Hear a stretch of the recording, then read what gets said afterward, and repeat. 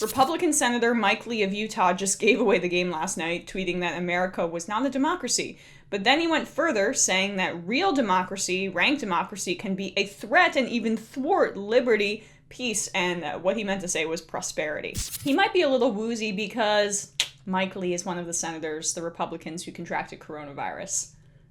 Maybe that's why he didn't fully make sense, but his meaning was clear. He doubled down. He believes that the Senate, the all-knowing Senate, knows what's best for the American people and that their will should not be the priority and could in fact thwart what he thinks is best. This is the individual liberties guy. He's saying that you don't know what's best for you. But he must be a very serious politician in other areas, right? This is, of course, a picture of former President Ronald Reagan naturally firing a machine gun while riding on the back of a dinosaur. You'll notice a couple of important features here. First of all, the rocket launcher strapped to President Reagan's back, and then the stirring, unmistakable patriotism of the velociraptor holding up a tattered American flag. That was his speech coming out against the Green New Deal.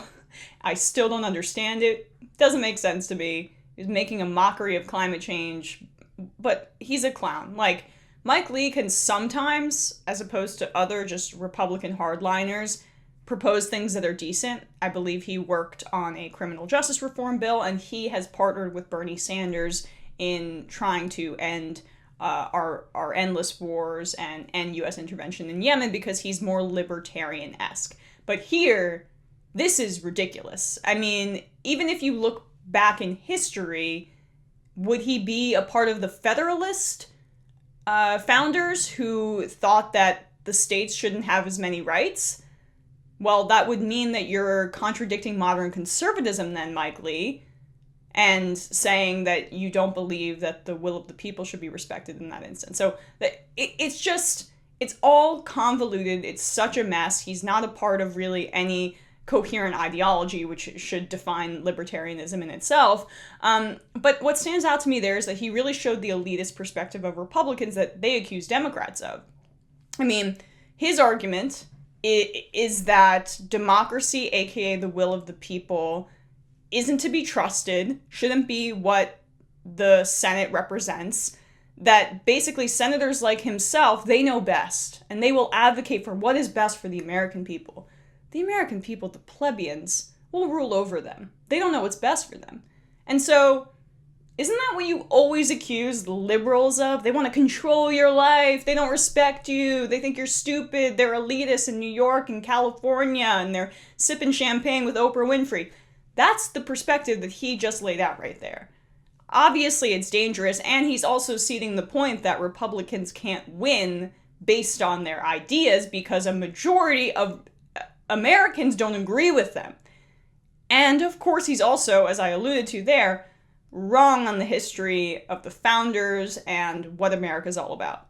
If we're not to have rule of the people, who exactly should rule? Throughout American history, from the framers up to the present, the answer has always been the same: the people. It's true that we've had a lot of sharp debates about who's included in that phrase, and that the answers have often been far too restrictive. But those debates weren't typically over whether the people should rule. They were about who the true citizens were, or even horribly, about who was fully human. We've also had a second set of debates from the 1770s on about how the people should rule. Some have advocated for more direct democracy, others more representation. Some prefer strict one person, one vote rules, while others don't.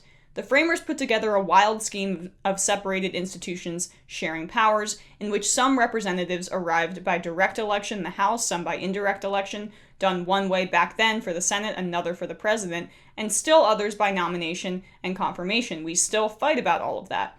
But this set of debates has nothing to do with whether the people rule. No serious person has ever suggested, for example, a hereditary Senate, or a Supreme Court that chooses its own successors, or that certain families should make up the Electoral College and select the president, or that a strong man should seize power and rule by his own authority. No, all legitimate government authority in the U.S. ultimately derives from the same place, the citizens acting as an electorate, and that's what makes it a democracy. But that kind of gets in the way of tax cuts for the rich, right? Well, it hasn't, for the most part, since Republicans have rigged the rules in their favor and also have just been strategically better at campaigning than Democrats. But say there is a blue wave, say Joe Biden wins, say the Democrats take back the Senate, then democracy kind of gets in the way of what you want to do, right? So you got to plant the seed now. That's a dangerous thought to put out there, especially as the president is openly saying that he thinks an election will be fraudulent and he'll contest it in court. Mike Lee, will you defend the American way of life, or are you just going to pretend that it isn't a democracy and hand it over to Emperor Trump? Yeah, it's actually not a crazy question to ask.